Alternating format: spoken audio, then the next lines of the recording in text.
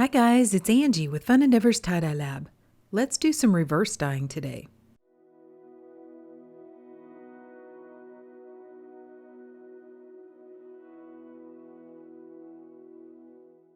I'm using a Buffalo brand women's hoodie, which I purchased from Costco. It is 70% viscose, 16% cotton, 11% polyester, and 3% elastane. I'm going to tie it in geodes, and I have the hoodie turned inside out. I'm going to grab an area where I'd like to begin the center of a geode, slide my hand down to where I'd like for the outer ring of that geode to be, and start tying from there.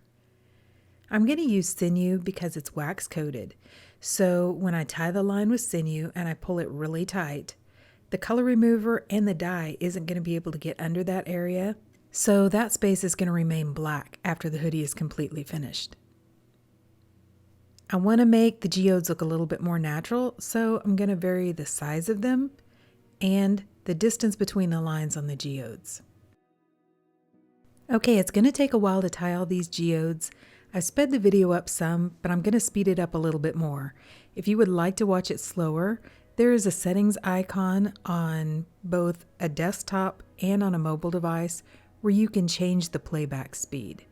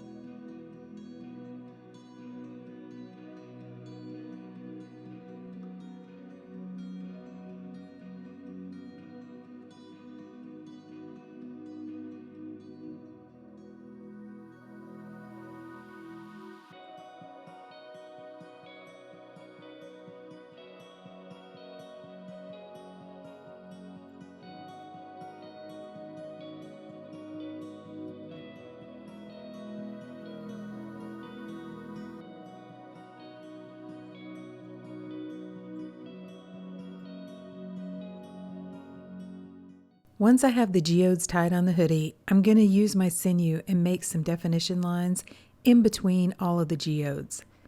As I'm doing this, I'm kind of trying to flatten the geodes a little bit. That'll help make it a little bit easier to apply the dye.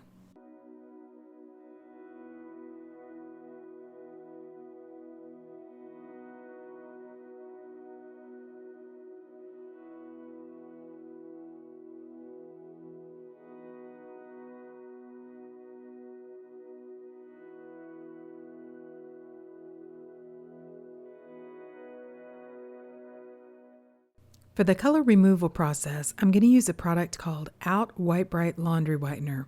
And I purchased mine at Walmart on the laundry aisle. Usually it's next to the bleach, even though it's not a bleach product. If you can't find any at your local department store, I have a link down below in the description for this video for where you can purchase some from Amazon. I've placed all the hoodies that I'm going to remove the color from inside of a plastic tub or tote. And I'm going to sprinkle the OWB Brite over the top. I generally sprinkle quite a bit. It's a lot cheaper to buy some more OWB Brite than it is to ruin a hoodie or another item by not getting enough of the color removed. So I usually go ahead and use quite a bit of it. I'm also wearing my respirator for this entire process because I don't want to inhale any of the fumes from the OWB Brite or the powder.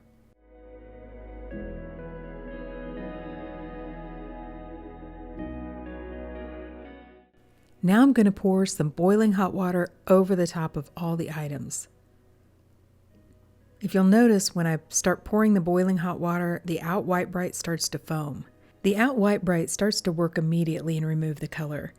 It's kind of hard to tell on these items because it's the polyester that's on the outside since I have them turned inside out. I didn't quite think about that at the time, and I kept adding more OWB Brite thinking that it wasn't working very well. But then it dawned on me that what I had on the outside that I was looking at was the polyester, and it's not going to remove the color from that.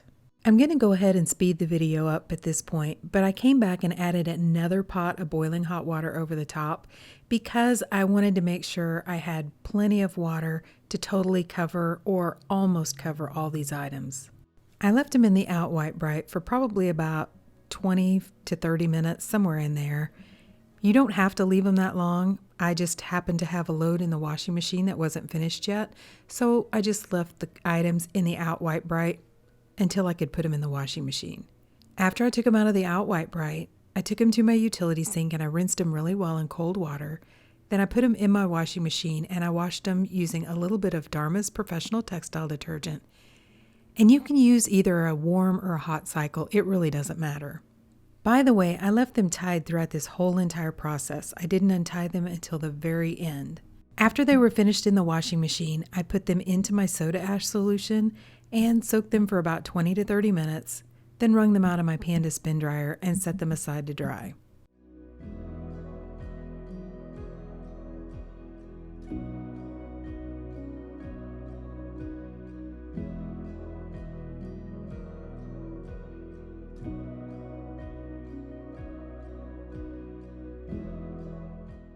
I'm going to muck dye the geode, so I've placed it down inside of a plastic container, and now I'm going to pour the ice over the top. I could go ahead and just place the dye on each of the individual sinew sections, but this time I'm going to just put the dye over the top of the ice. By the way, all muck dyeing is leaving the item down inside of the melting ice that's mixed with the dye. I want to make sure that I add enough ice to totally cover the geode. I'm going to apply the dye to the top of the ice in stripes. I'm starting with Strawberry from Custom Colors, followed by Grateful Dye's Royal Purple, Aster from Pro Chemical and Dye, Pure Magenta from Dye Spin, Happy Cat Tie-Dye's Strawberry Skies, Blue Violet, Razzle Dazzle, and Lilac from Dharma.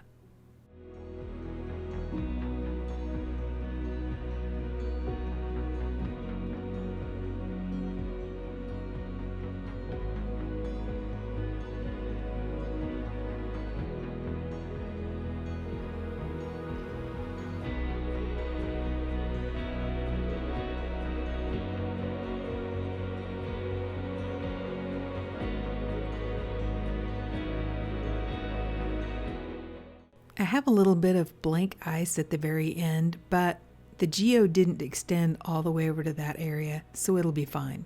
I'm also going to add an additional sprinkle of soda ash over the top of the die. Now I'm going to put the container aside and allow the ice to melt. I left the shirt for about 24 hours at least after the ice melted. I went ahead and put it outside for part of that time. I just laid a container lid over the top so nothing would get inside. Then I took the hoodie to my utility sink and I started rinsing it in cold water to rinse out the soda ash.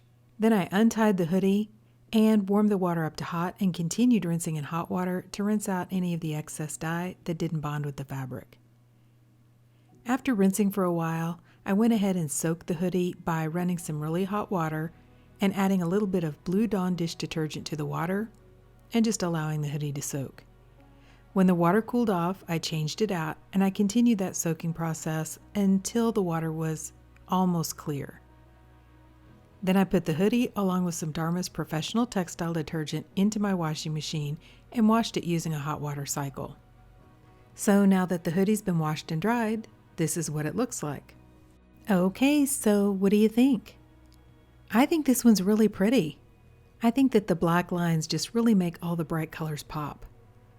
That's why I love reverse dyeing so much. I mean, you can add black into an item, but I just don't know that you get quite as dark of a black as you get when you already start out with a black item.